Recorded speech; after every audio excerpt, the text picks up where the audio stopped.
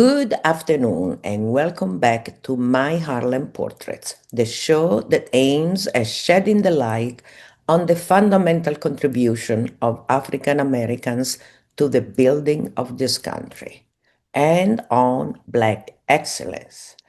Our special guest to represent Black excellence today is a New York Theater Workshop's artistic director, a writer and director working in theater, film, dance, and music, and she is a director and co-writer together with Tony and Academy Awards nominee Colman Domingo of Lights Out, Nat King Cole, a play with music currently running at New York Theater Workshop and extended till June 29th.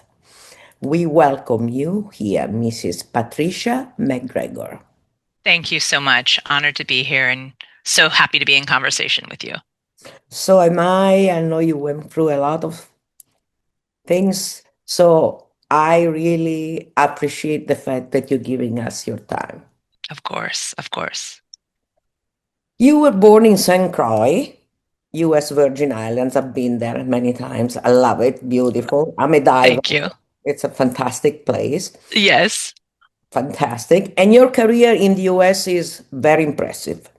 I Thank you. would start from your most recent, a very acclaimed work, The Refugee Plays at Roundabout Theater and New York Theater Workshop. I saw it 3 times. Oh, that means so much. Oh, what a gift. It's fantastic. Thank you. Fantastic. Thank It's you. epical, incredible, incredible game. So can you tell me a little bit about that? Yes. So I got a call from Jim Houghton at Juilliard, who I had known from the Signature Theater, and I had just moved to Hawaii with my husband and child, and in many ways we had this, beautiful young Black boy, and we were trying to think about um, freedom and liberation. And I was born in the Virgin Islands, and island life was, although it's small, it's very liberating in many ways. You kind of know community. And so we had moved there, and I got this script from Nathan Allen Davis, and Jim said, I think something will speak to you. It was set in Carbondale, Illinois, or just outside of Carbondale, where I had lived for 1 year. So Wow. already I was kind of intrigued. And then the epic nature, this kind of trilogy of 3 plays, and yet the very intimate relationship of love, intergenerational love, and people trying to heal forward. And it's told in reverse chronology, but so that when you get to the first piece, you understand that 2 people with all of the weight of the world and history and their own traumas could have passed each other by. And you see this radical act of what it is to say yes to someone and to say, we're going to heal this thing forward. And I was drawn to not only the poetry and the humor of the language, but the idea of this epic intergenerational tale that started with this revolutionary act of choosing love. Yeah. And choosing not to abandon each other in the face of the great woods that we find ourselves in. It's set in these woods, and I think the woods that can feel so terrifying are also a place of safety, where they build their own community, they build their own ecosystem. They do in many ways what we were trying to do moving to Hawaii, and kind of saying, how can we carve out a space of our own? And so I just fell in love with the plays, and it was an organizing principle for me for almost 10 years, where I would do little workshops here at the McCarter or the Public or Women's Project. We developed it over a period of time, to the point where Nathan would sometimes, I would say, well, what's going on with this character here? And he said, oh, I forgot about that. Like I felt like I lived with these characters. And so when the opportunity we'd done a workshop, Roundabout wanted to produce it at the time that I got this job. And so Nathan had also been a fellow and a writer that the workshop had worked with. So I said, what if we do it as a co-production and invite both audiences in? And it, to me, is one of my favorite pieces I've directed, and with an incredible ensemble of people.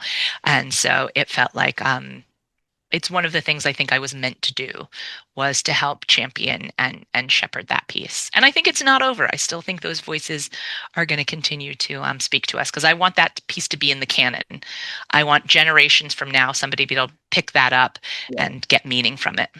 It is absolutely an incredible, incredible piece. That's why I wanted to talk about it because Thank you for bringing that up. it was amazing. You have been twice been profiled by the New York Times for your direction of world premieres. How does that feel to be recognized in that way? Well, I feel deeply honored to be known as someone who not only loves a range of, canonical pieces. I love Lorraine Hansberry. I love Shakespeare. I love Ibsen. I love August Wilson. But I think one of the most important things we can do is champion the voices of our times. It's sometimes easier to rely on something that has been championed before, and that might have been revolutionary for that time. Lloyd Richards got behind August Wilson, which is, he wasn't August Wilson before he, or wasn't known in the same kind of way before he had a champion. And so I love that, of the things that I do, one of the things I've become known for is to be a champion of new voices and to pour myself into trying to platform a new play. There is something very special. There is something very intimate about what it is to premiere someone's work. And it's something that I feel very honored when someone asks you to do that. And I also feel very grateful that I've become known as someone who can dependably help get a new play onto the boards. And give back. Thank you. Yeah. Back all the time. Yes. Must be very rewarding. You have so many other productions, so I just name a few. Shakespeare, What You Are, and Midsummer Night's Dream, and Measure at the Old Globe. Skeleton Crew, another fantastic, fantastic piece at the Geffen Playhouse. Hamlet at the Public Theater. Brownsville Song, Lincoln Center. Indomitable, James Brown at the Apollo Theater. Wow! Holding It Down, Metropolitan Museum of Art, A Raisin in the Sun and the Winter's Tale at California Shakespeare Theater, Blood Dazzler at Harlem Stage, and the world premiere of Hurt Village, Signature Theater Company, among many others. Was there a moment, a work in your career that for you marked a turning point? Something most that was most rewarding or most challenging and or most challenging? I would say Hurt Village was a huge turning point in my career. It was a world premiere of Katori Hall. She, at that time, had Mountaintop. Oh, you love her. Oh, Love yes, me too. I mean, she's her. incredible. She's incredible. She's incredible. And so I know she had a Mountaintop that was already, she was already an established writer. We knew each other socially. She'd seen some of my work. And actually, I had workshopped a piece with her that went on to be P Valley, her TV series. And we were supposed to workshop it with a theater, and the funding went out. And I said, you know what? We're going to figure this out. So I found a place in the Bronx where we could do this pole dancing workshop. And I feel like I really got behind her in that workshop. And so she really put her chips on me in that world premiere. And it was when the Signature Theater was just opening. So we were the first show in that space. So there was a lot of attention, a lot of energy. And I had come out of grad school a couple of years ago. So I kind of felt like I built up my muscles, but I was assistant directing a lot of incredible people. But this was my first ship to helm. And it's a big, audacious piece. And we had an incredible cast. We had Tanya Pinkins Wow. and Saquon and oh my gosh, I could talk more about the cast later, but I was able to say, like we say in Lights Out, I'm going to do it my way. I said, listen, they may never hire me again, but I'm going to put all my chips on the table and make this really muscular piece. We went down to Memphis and did a whole lot of research. And by the time it opened, not only was it useful in that a lot of people came to see it. I mean, Tony Kushner came to see it. It meant that all of a sudden, doors were open to me. People I deeply, deeply respected. I remember Angela Bassett and Stephen McKinley Henderson coming to see it, and I felt like Wow. people who were my heroes, I had given something to them that they found valuable, which was amazing. And then it changed my career. All of a sudden, you're not a thought of somebody. You've kind of put your feet on the ground and made a very strong directorial stamp, and it was a world premiere, so that's a place where I got known to be a person who could carry a new play into its premiere. And so I love all of the pieces, and I can speak about each of the pieces that I did and how they were meaningful. But that was a huge turning point. Post that show, there wasn't a call that I would make that wouldn't be answered. I was kind of in an article about women directors in the Times, and there was a cohort of, many of the most prominent female directors, and I was there. And so there was a real clear arrival that Hurt Village was a marker of. And I feel incredible. I'm not only is Katori a friend and an inspiration, but she really took a chance in a way that's changed my life. I'd say it's fantastic thing. Wonderful to remember to have something like that that really changes you. Challenging? I mean, I think what was challenging there was to make sure to get the tone and muscularity of the piece, and make sure to uh, connect all of the generations. So you had someone like Tanya Pinkins, who's like just a veteran, an extraordinary queen. Yeah, I've just admired her work for so long. And then you had people, Corey Hawkins, who's now gone on to huge fame, Jakina Kalakungo, who's working with us right now, Yes. just out of Juilliard. So to figure out how my process can help serve this kind of wild range of artists, and to have the confidence to manage the production process, and to say, I know it sounds crazy, but I really need this dumpster in the middle of the space, because I need, when you walk in, to feel a little bit of chaos, even though you've just opened this pristine space. So to really make sure to be open to all of the collaborators, but also front-footed in my vision, and make sure that I had a clear plan to get all of my collaborators there. And so it was and it's a piece that I think really wants a strong director. Some pieces, I say, could kind of like just do themselves, but it's a deep invitation to figure out what your authorial stamp is going to be. And luckily, I think with the help of extraordinary collaborators, we were able to get a stamp that was very meaningful to a lot of people. Very, very, very interesting. I like this inside story. Okay, let's come to Lights Out. First of all, tell us about your collaboration with Colman Domingo and what brought you to choose Nat King Cole to do a piece about it. So Coleman I had known as an actor I'd admired for a long time. Then we started to run in social circles, and Bill T. Jones asked me to do a piece to enliven this poem of James Baldwin's, Nothing Personal. And I thought, well, my idea for it is to set it in this room, and for it to be a solo piece with a jazz musician. And there's one person I feel could really embody this, and it's Colman Domingo. So we got to work together on that. That was part of New York Live Arts James Baldwin Festival, and realized we just love collaborating.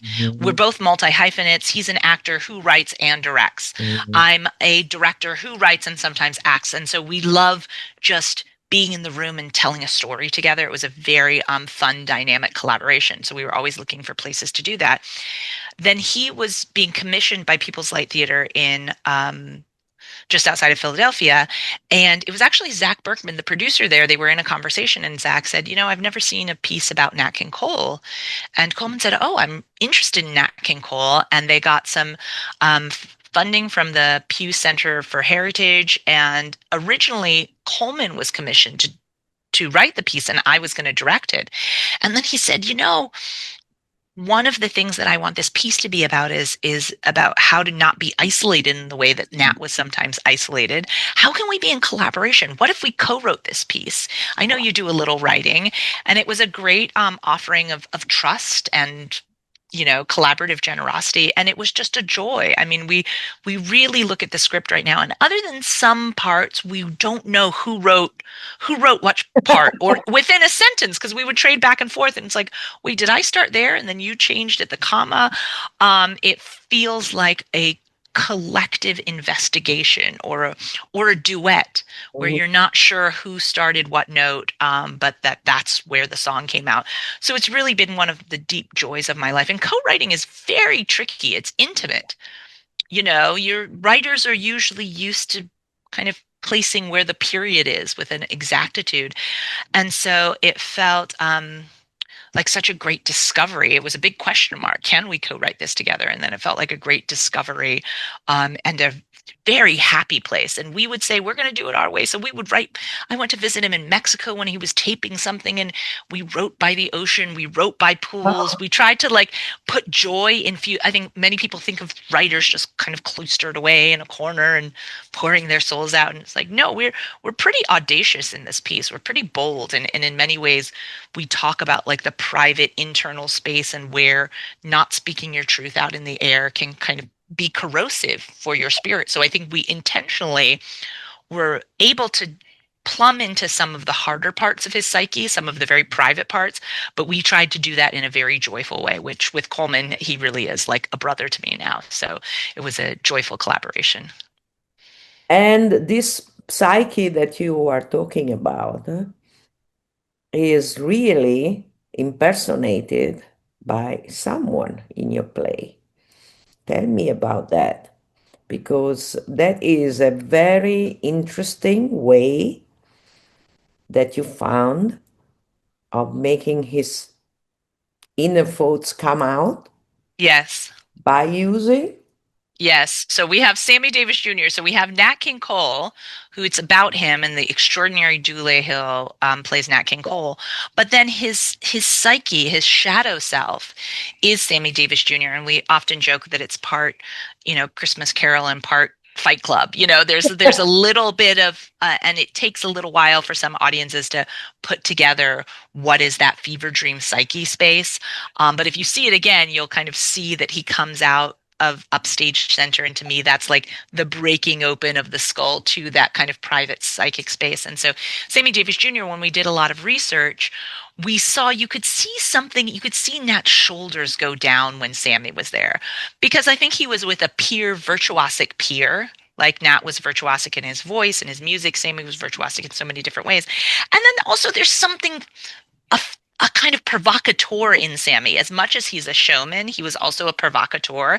And so we thought, oh, he would be the perfect kind of foil that would allow him to loosen up enough so that he could admit and poke and prod him enough so that he could admit some things that he wasn't even admitting to himself. So Sammy becomes his shadow self. And without giving too much away, I think there's one world in which this show happens in an hour and 20 minutes, and another world in which the show happens 5 minutes. And it's really like, what is that moment? And I think we all have it. We all have those moments. August Wilson would say, I've got to wrestle with my demons so my angels can sing. And I think we all have to wrestle with, um, our thoughts and our sense of what do we do with our platform, and who do we listen to, and who are we performing for. And I think Sammy is a part of Nat's psyche that is asking him some questions that it's hard for him to ask himself. Yeah, and I think that interactions is really, really interesting, really. And they dance, they tap dance.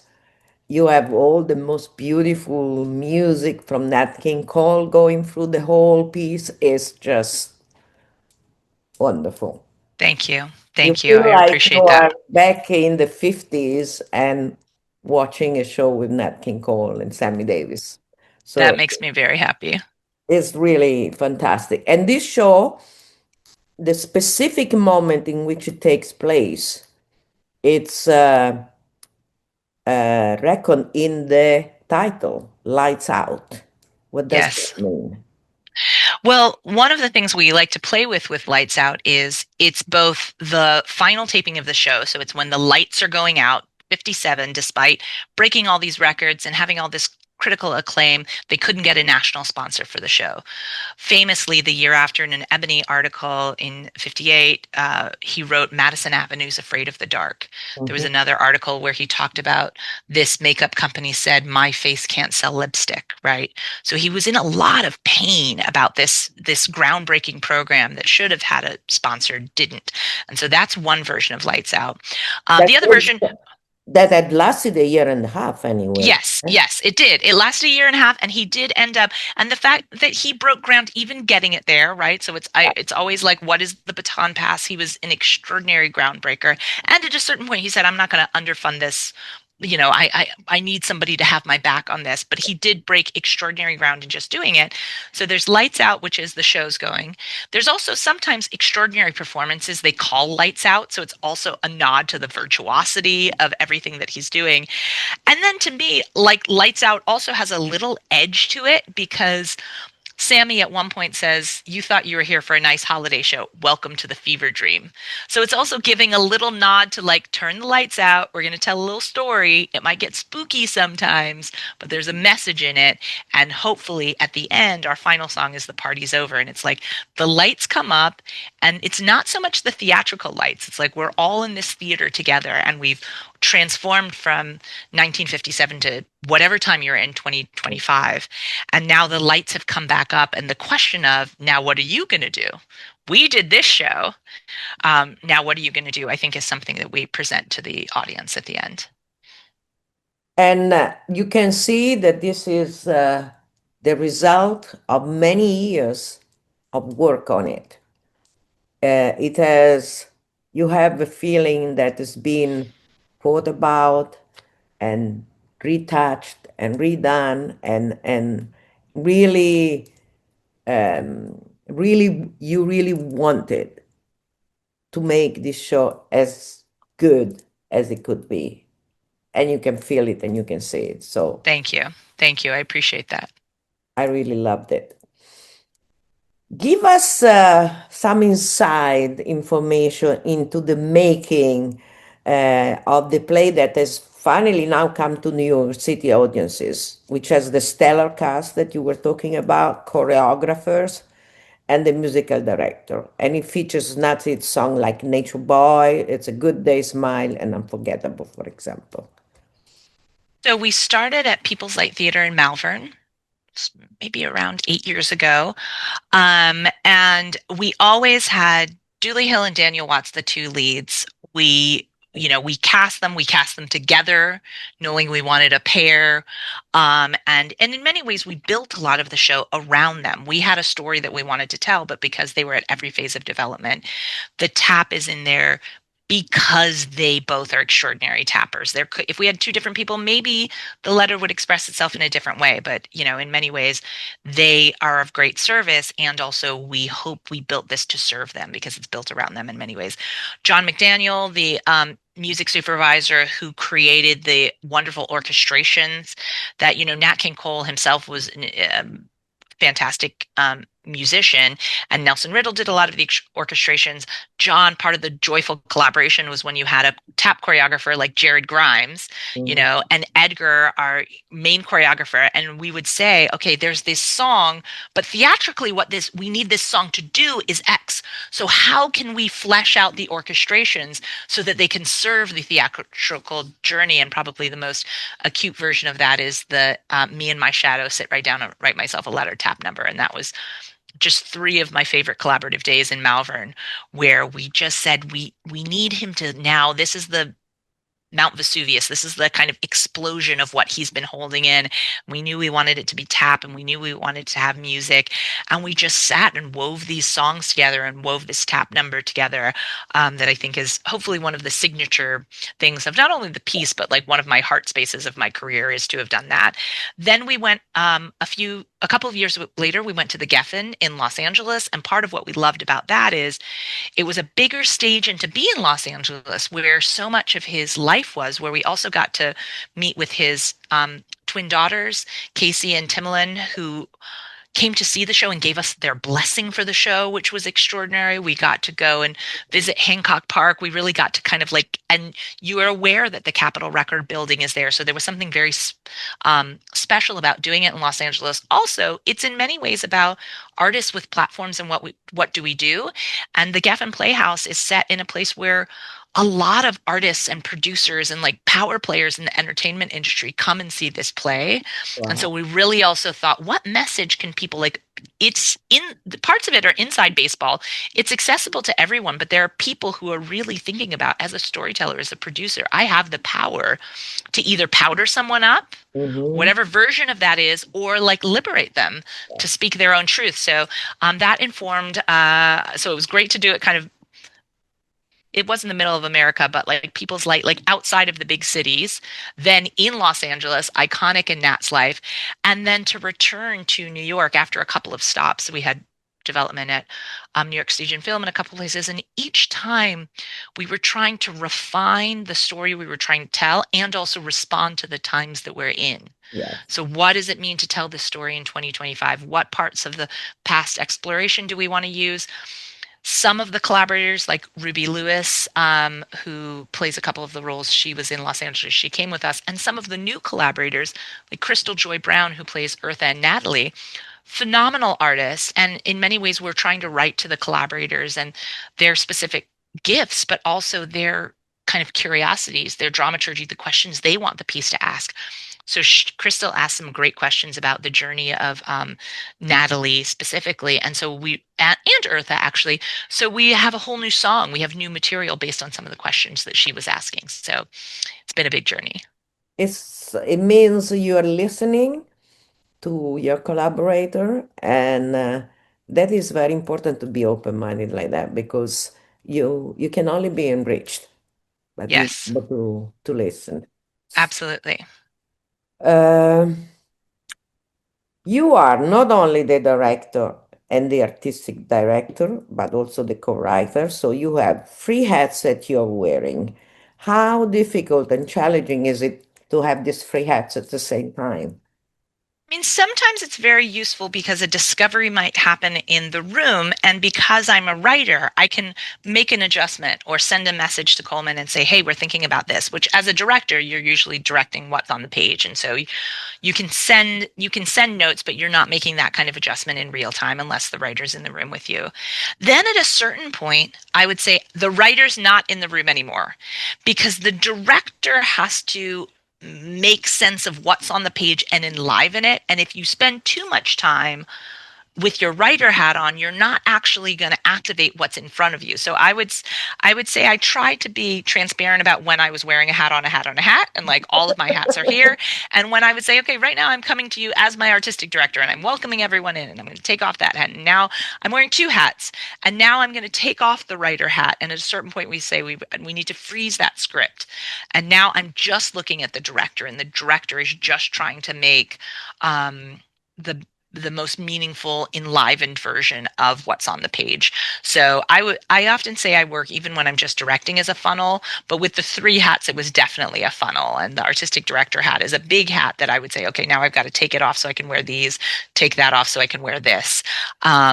And at the end of the day, what was kind of wonderful and what's wonderful about seeing it after opening is to be able to zoom back and look at it with all of those hats, and then hopefully look at it as just throw all those hats away and just see it as an audience member. I try to take some time once a show is open to try to come back and wear what I think is the most important hat, which is the audience member. We are artists, we have a lot to say, but ultimately I think we're making work for the audiences who come to receive it. Very, very interesting this. You have given something I never thought about. It's really, very, thank you so much. This Thank you. way of saying now I have to stop being this and start being that. Yes. Very interesting. Thank you. What do you hope audiences take away from this piece? What's the message that you want to give? I think I hope, and what I love is almost so many people I know say, oh my gosh, I went and researched Nat King Cole after that. I never knew what was underneath, right? People just knew the beauty of his songs and had assumptions about his life and didn't know this is a man who had a cross burned on his lawn. This was a man who was trying to move things forward in some ways and frustrated in other ways. And so I love that people just like or heard a song that they never knew he sung. So I love that people want to know more about him. I love that people hopefully are asking some questions about the cost of grace, where they might participate in making someone wear a mask or wear a mask themselves. And then ultimately, that in that party's over, that everyone is asked, there's a line in it that says, it's time to wake up, take off your makeup, the party's over. So, whatever awakening means to an audience member, whatever this fun but also rigorous journey that we take people on. It's kind of like a roller coaster ride. And at the end, we want you to have had some kind of awakening to the moment that you're in. Deeper understanding of this historical figure, but more importantly, understanding of where does this play out in your life now? Exactly. Where might you be Nat trying to figure out what you should say or not say? Where might you be the producer trying to ask someone to compromise or not? Where might you be Eartha or Natalie trying to liberate somebody to kind of tune to the authenticity of their own voice? So my hope is that people leave not only understanding the virtuosity, but a little agitated to Yes. be able to learn more and to do better. So And this that you say that you adapted to the times, when you say wake up, it is because of what you've been saying during the show. It's very clear that the times we are in now are the times we must be the most awakened of our yes, lifetimes. yes, yes. So these are the most dangerous times in my lifetime for sure. Yes, yes, agreed completely. And this piece gives you the tools. Yes, thank you. That makes me very happy. It is partly a goal for me. We often, a moment happens in your life and it's happening too quick, and you say, oh, I wish I would have. I wish I would have. And I think you see Nat sitting on a lot of impulses and saying, I wish I would, I wish I would. Yeah. But then we kind of give a roadmap of what are the consequences when you don't move in a direction that you feel good about, and what are the tools to be able to help you feel bold enough, confident enough, sure enough of your own voice to be able to speak in the moment where life gives you the opportunity. Wonderful. We are coming toward the end of this conversation, which has been very, very interesting. Tell our viewers who want to see the show where to get the tickets and so on, all the information. Thank you so much for asking about that. So we perform at New York Theater Workshop. So you can go online to our New York Theater Workshop. I believe it's www.nytw.org. But if you just type in New York Theater Workshop and type in Lights Out, I'll also name that there's a lot of accessibility. The tickets are going fast, which is amazing. But we also want to make sure that access is not a burden. So there's accessible, if you kind of click down, you'll find accessible programs that you may qualify for, which is amazing. And also, there are some specialty nights. We have some partnerships with National Black Theater, Apollo, etc. So there, if you look at some of the wraparound programs, there's certain evenings that are particular invitations to communities that are very near and dear to us. So, but we're down on East 4th Street in the East Village, 4th Street between Bowery and 2nd. So you can come down to the box office and just get the tickets, or you can look online and get them there. And the phone number is 212-460-5475. Thank you. I appreciate that. I feel like you know it better than I do. You know Well, it I'm better than I reading do. it. So I wouldn't remember otherwise. I appreciate. 212-460-5475. And the email is tickets@nytw.org. Great. Thank you. Thank you for the clarity of that. That's how you get directly to them. And like I said, luckily it's selling very well. But with the extension, we do still have capacity to bring people in. So we would love for everyone to see the show, and we can't wait to welcome you back. I can't wait. I'm gonna see when the connection with the Apollo is. I would like to do. Great. Fantastic. That would be great. Thank you so much Thank you so much. and for your time. Yes. Congratulations again for this beautiful show. Thank you. Wishes for the best, and I hope it goes on to Broadway. Thank you. Thank you. From your lips to God's ears. Exactly. Yes, yes. And And thank you for your work and your advocacy and your storytelling and your investment for using your platform in such an incredible way. Deeply grateful for you. thank you so much. I Yeah, appreciate you. yeah. Thank you to my viewers. See you next Saturday, 12:30 p.m. Spectrum News channel 1993. Sorry, Spectrum channel 1993, MNN HD, or on my YouTube channel, My Harlem Portraits, where all the past episodes are uploaded. Great. Thank you. Thank you so much. Such a pleasure. Ciao, Take ciao. care. Ciao.